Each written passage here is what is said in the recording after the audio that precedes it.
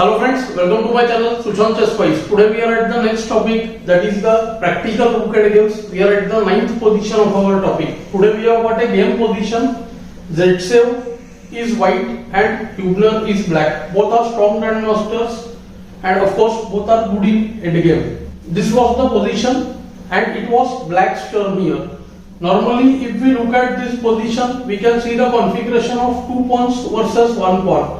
So far we have discussed positions with just rook and pawn versus rook. This time gradually we are going to add the number of pawns, because 2 pawns are there in front of 1. There are very good drawing chances for black here. So we can identify these positions of course with the Philidor position. We can see that the king is not cut and our rook is trying to block the white's king. Although with proper play drawing the game is not that difficult, but in the game Hubner missed a simple tactical idea by white and played the move rook b1.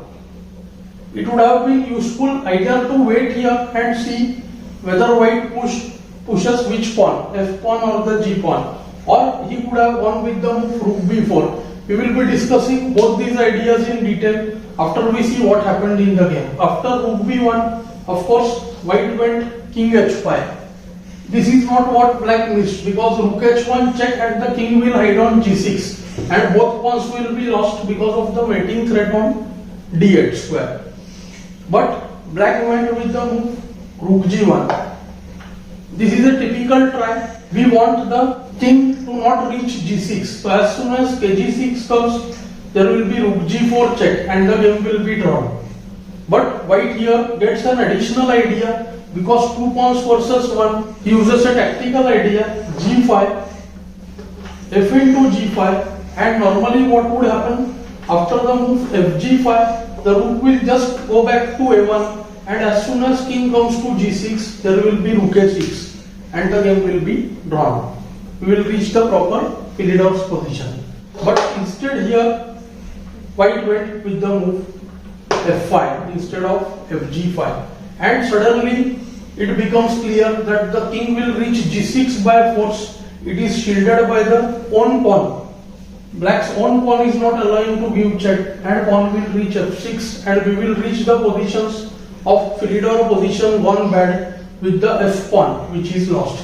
Let's look at some lines. Black played king f8, kg6. Now the only option would be to make the rook passive, and after rook a1, here white can win either by rook d8 ke7 or first f6, rook a8, and the rook goes to h7. This position we have discussed in our Philidor position gone bad section, and we covered all the pawns cases from rook pawn, knight pawn to all the center pawns over there.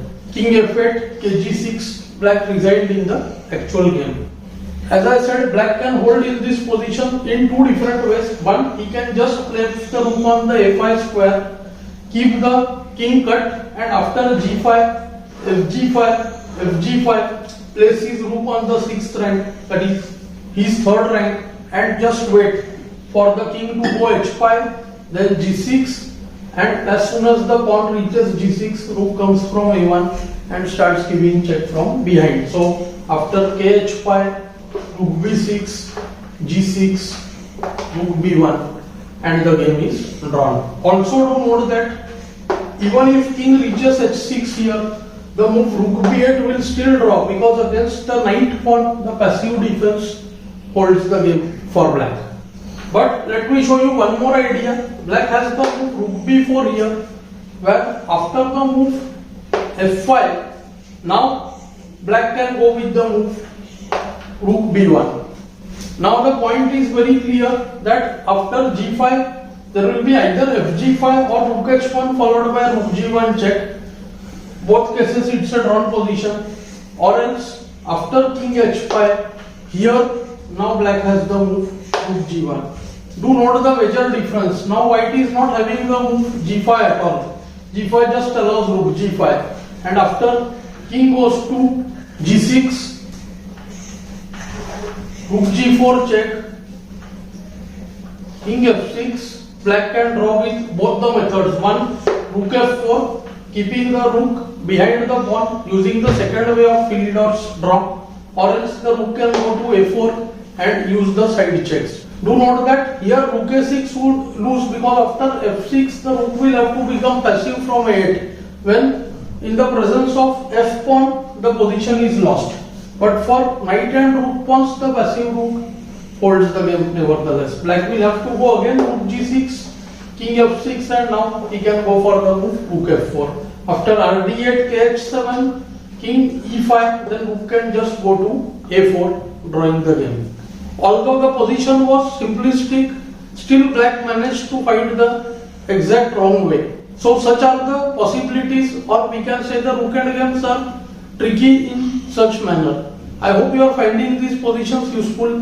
Do like, share and subscribe the channel. Thanks for your time.